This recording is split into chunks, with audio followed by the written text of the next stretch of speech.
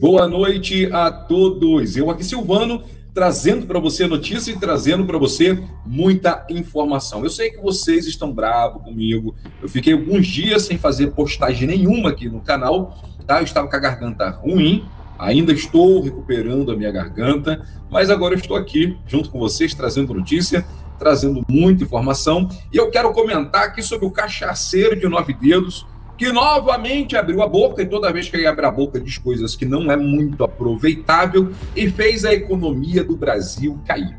E eu vou trazer para vocês aqui quem será, na verdade, o maior inimigo de Luiz Inácio Lula da Silva. E vou trazer para você uma análise aqui sobre as trincheiras e barricadas que vão se levantar, né, no meio do Brasil, que podem surpreender no período eleitoral. Tá? Existem trincheiras não só para o petismo de Lula da Silva, mas existem algumas trincheiras e barreiras contra o presidente Jair Bolsonaro também. Então, existem barreiras para todos. Agora tem que ver se essas trincheiras vão ser maiores ou menores. Nós vamos comentar sobre isso aqui também. Então, se prepare que eu tenho muita notícia, muita informação e vou trazer para você a minha análise sobre quem está melhor nesse período e como vai aí toda essa corrida eleitoral. Deixe bastante curtida, compartilhe esse vídeo com todos os seus amigos e não esqueça que você é o mantenedor desse canal. Toda vez que o 9 Dedos abre a boca, principalmente sobre a economia, ele traz um verdadeiro desastre sobre o Brasil. E assim foi o que ele fez agora sobre a Petrobras. Como vocês sabem, começou aí com um papo de que tiraria aí a paridade de preço da Petrobras, de que ia acabar com a dolarização, uma série de mentiras que todo mundo sabe que é mentira, porque o momento, quando ele anuncia uma coisa desse tipo, ele está dizendo que o governo vai subsidiar, vai ter que subsidiar essa diferença de preço. Ou o governo vai subsidiar, ou o investidor vai pagar a conta. O investidor não paga conta nenhuma, o investidor quer lucro, quer renda, quer dinheiro. Se esse anúncio acontecer e não tiver subsídio, a Petrobras quebra imediatamente. Então, das duas formas, fica ruim para a empresa Petrobras, porque não fica uma empresa lucrativa, vai virar uma empresa dependendo do governo, e fica com um papo de que a Petrobras tem que trabalhar pelos mais pobres. Não, a Petrobras é uma estatal, né, que é uma empresa que está na bolsa, que tem mercado e que quer lucro, que quer ganhar dinheiro. Quem tem que trabalhar para os mais pobres, e não só para os mais pobres, mas para todos, é o governo. É o governo que está aí, é o governo que vai vir, né? A gente não sabe o que vai acontecer na política, mas é o governo que tem que trabalhar pelas pessoas e não achar que é a Petrobras que vai subsidiar. A gente lembra muito bem o que aconteceu no governo da Dilma Rousseff.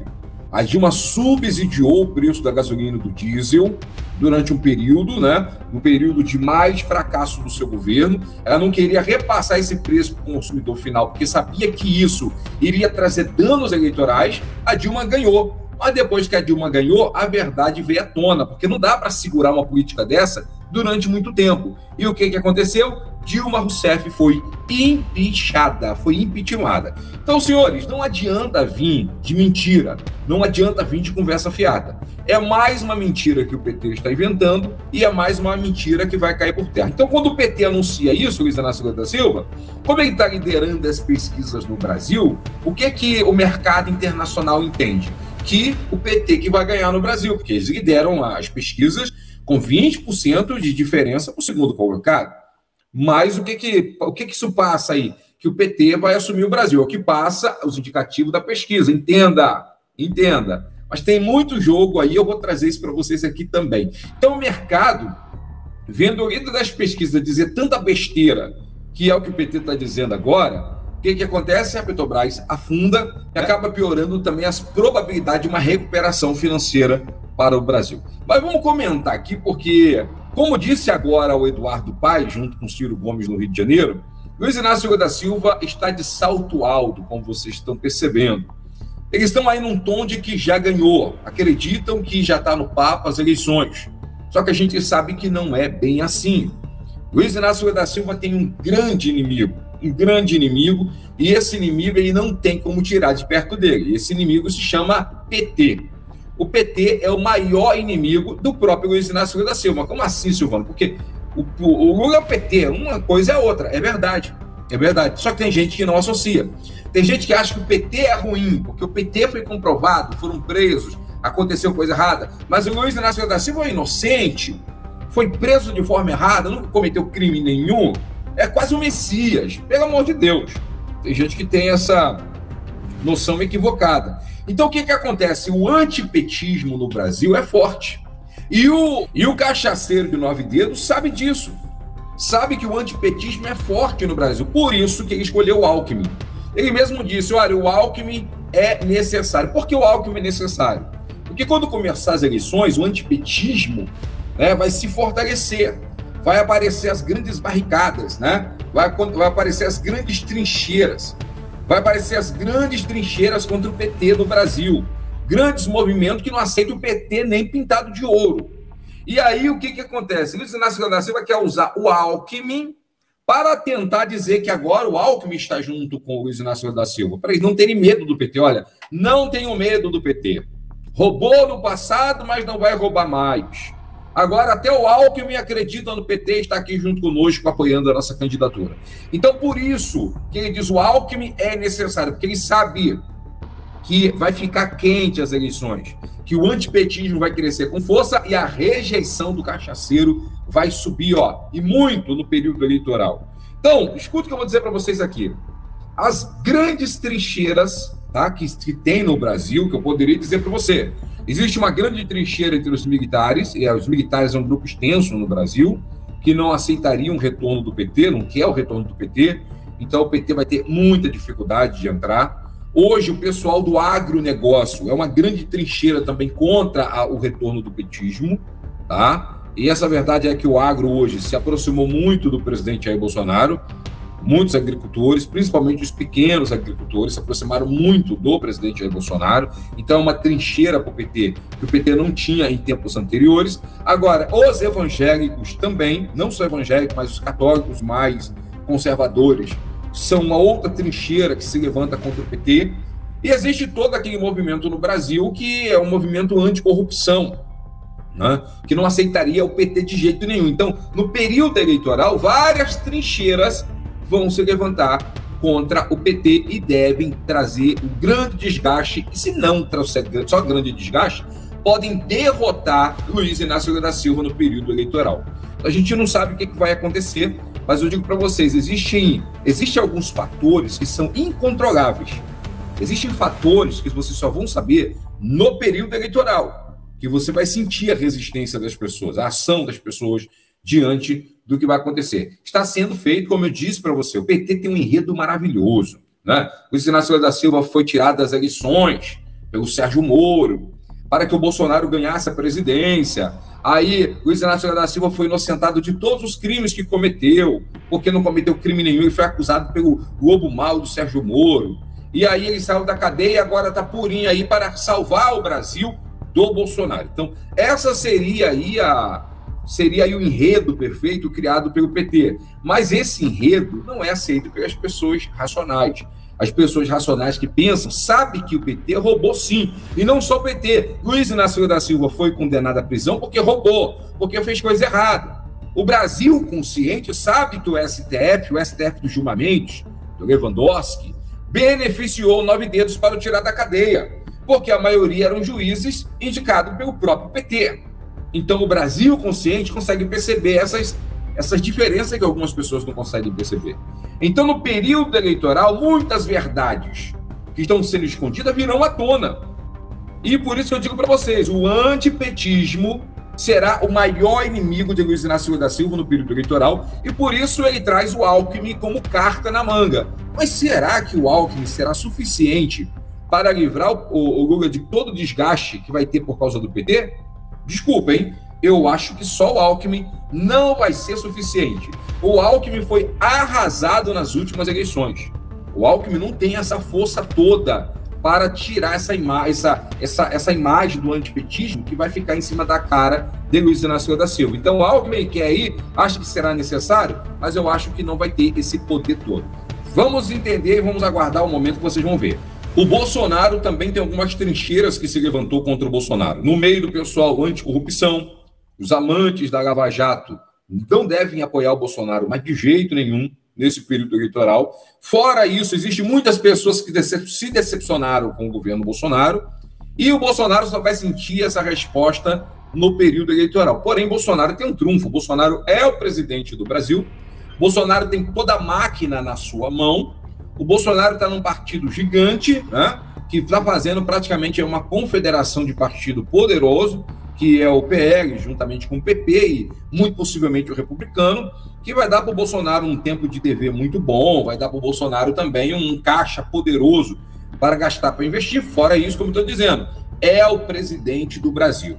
Então, o que acontece? A batalha será grande nessas eleições. Mas, do outro lado, correndo por fora, está aí Sérgio Moro. Sérgio Moro, que as pesquisas estão sempre apontando aí como uma terceira via, coisa que o próprio Moro não gosta de ser chamado. Moro quer ser chamado de o antipetismo, porque o Moro é o antipetismo. Moro é o símbolo da luta anticorrupção no Brasil. Todo mundo sabe muito bem disso. Então, Moro também tem uma imagem muito forte aí, que a gente ainda não sabe todo o potencial de voto do Moro. Muita gente nem sabe que o Moro é candidato à presidência da República. Você não sabia disso? A verdade é que eu pessoalmente acredito, que o Moro vai crescer muito no período dos debates eleitoral, no período das eleições em si, que vai começar aquele movimento pelo Brasil. O Moro já tem sido muito atacado, mas quem ataca o Moro são pessoas que praticamente jogam o Moro para cima. Quem ataca o Moro? Renan Calheiros, né? Quem é que ataca o Moro? Esse pessoal do PT, esse pessoal aí do TCU, que também é apoiado pelo Renan Calheiros. Então, existe um movimento aí para tentar tirar o Moro da jogada. Eu acho muito difícil. O Moro está firme na caminhada, o Moro tem 10% aí das intenções de voto consolidado. Alguns acreditam que o Moro já tenha em torno de 15% das intenções de votos, que deve aparecer nas pesquisas lá para depois de abril, ou chegando perto de junho. Então, o que acontece? O Moro, no meu entender, as eleições vão girar em torno desses três nomes, né? Luiz Inácio Lula da Silva, Jair Bolsonaro e Sérgio Moro. Essa será a briga. Ciro Gomes, no meu entender, não podemos descartar ninguém, mas está muito distante, se distancia mais ainda. O Dória, não vejo força no Dória. O Dória não engata de jeito nenhum. O Dória tem uma rejeição muito grande dentro do seu próprio reduto eleitoral. Hoje o Dória é o governador de São Paulo, mas eu não vejo força no Dória. Fico vendo aí esses papos do Dória, que diz que quer prometer o STF para o Moro se ganhar. Pelo amor de Deus. Pelo amor de Deus. O Dória, com 2 pontos na pesquisa, quer ficar fazendo oferta para o Moro, que está com 10% das intenções de votos. Não dá para entrar nesse jogo do Dória. O Dória deve se submeter à sua realidade e respeitar o Moro. E talvez o que o Dória deveria fazer, até que desistir, o Dória não vai. O Dória vai para a disputa eleitoral, vai brigar até o final, tá? Não vejo o Dória e possivelmente acredito que o Dória ataque até o próprio Sérgio Moro. Eu não consigo ver o Dória poupar o Moro no período eleitoral, tá? O Dória tem uma base forte, tá? Dentro de um partido forte, que é o PSDB, um partido acostumado a brigar, tá vindo essa confederação com o MDB, então Dória deve partir para cima do Moro, e todo mundo vai partir para cima do Moro, o pessoal da terceira via, para tentar subir. Bolsonaro vai tentar rivalizar com o Luiz Inácio Lula da Silva para tentar se impor como anti-PT, e vai tentar evitar debater com o Moro. Ele vai tentar evitar debater com o Moro. A mesma coisa do Luiz Inácio Lula da Silva. O Lula tem um total desespero na possibilidade de ver o Moro no segundo turno. Não só o Moro, a verdade é o seguinte: a única pessoa, no meu entender, que Luiz Inácio Lula da Silva está esperando no segundo turno é o Bolsonaro. O PT acredita que contra o Bolsonaro eles vão conseguir ter uma vitória se for para o segundo turno. Se for um outro candidato sem ser o Bolsonaro para o segundo turno, o PT acredita que isso seria uma verdadeira incógnita. Eles não têm cálculos para isso. Então, eles acham que pode ser um jogo muito perigoso. Então, o PT já escolheu o Bolsonaro para o segundo turno. Essa é a verdade. Tudo caminha para isso. Alguma coisa grande no Brasil deve acontecer para que aconteça algo diferente desse segundo turno que o PT espera. Tá? Vamos aguardar aí as eleições, mas eu trago assim para você por alto, né, para vocês pegar. Eu peguei aqui um material também Eu estava lendo um artigo aqui do Matheus Leitão. O Matheus Leitão, que ultimamente tem feito muitos artigos criticando pesadamente o Moro, né? Acho que ele é um petista. Tá aqui, ó, Matheus Leitão, da Veja, ele trouxe aqui os 5 erros que o PT e Lula vão ter que enfrentar com urgência. Aí tá aqui, ó, partido prepara meia-culpa sobre Dilma. mas Manteiga que será o responsável pelo texto. Olha aí. Então o PT diz que vai fazer uma meia-culpa sobre a Dilma, né? Para tipo dizer que o governo da Dilma foi ruim e o PT vai tentar tipo dizer que poderia ter feito mais. Que o PT não é bom de autocrítica, todo mundo sabe. Que o PT é bom de estratégia política, todo mundo também sabe. Olha aí. Diante desses dois fatores, é acertada a decisão do partido de antecipar a discussão sobre os muitos erros cometidos pelo governo Dilma Rousseff na política econômica. Como informaram a Kátia Seabra e Vitória Azevedo, a ideia de cúpula do PT é a de se vacinar contra críticas à gestão, que levaram o país a uma das maiores recessões da história. Vão, porque isso vai ser um dos debates, né? A economia é um dos assuntos principais.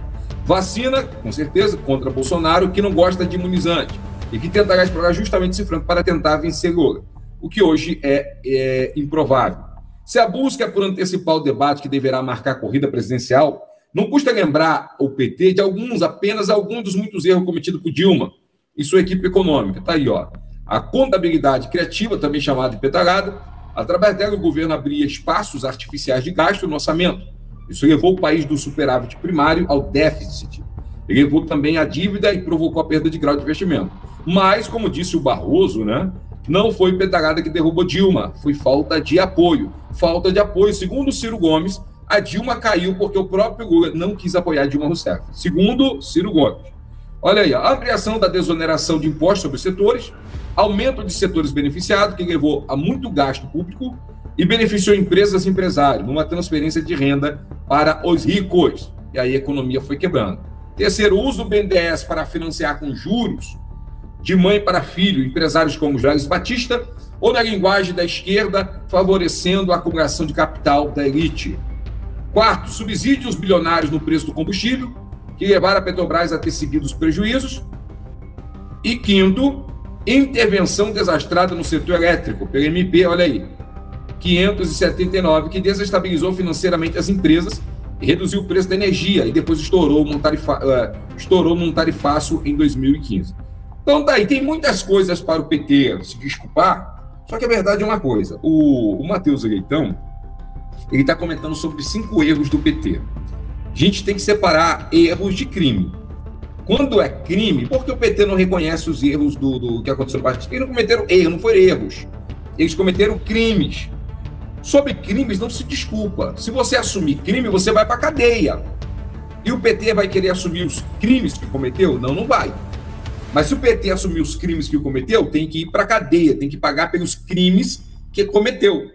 Então, essa é a diferença, que muita gente não quer aceitar de jeito nenhum. Mas a situação do PT não foi erros, foi crimes. E por isso que eles não querem reconhecer. Então, o PT vai fazer uma meia-culpa na questão da Dilma Rousseff, porque sabe que no período eleitoral, o governo da Dilma, que era um governo totalmente mandado por Lula da Silva, vai ser o foco aí dos debates, principalmente na área econômica, porque foi o que quebrou a economia do Brasil, a verdade seja dita. Eles querem jogar para cima da Lava Jato, mas já estão trazendo essa meia-culpa aí acerca da Dilma Rousseff. A gente tem que entender a verdade aqui, né? Quem mandava em Dilma Rousseff sempre foi o cachaceiro, e ninguém tem dúvida disso, ok? Muito obrigado aí ao carinho da audiência de todos vocês. Deixe bastante curtida nesse vídeo, compartilhe com todos os seus amigos e olha, perdoam os dias que eu fiquei fora, prometo que eu estarei com vocês todos os próximos dias aí, trazendo bastante notícia e bastante informação para todos vocês.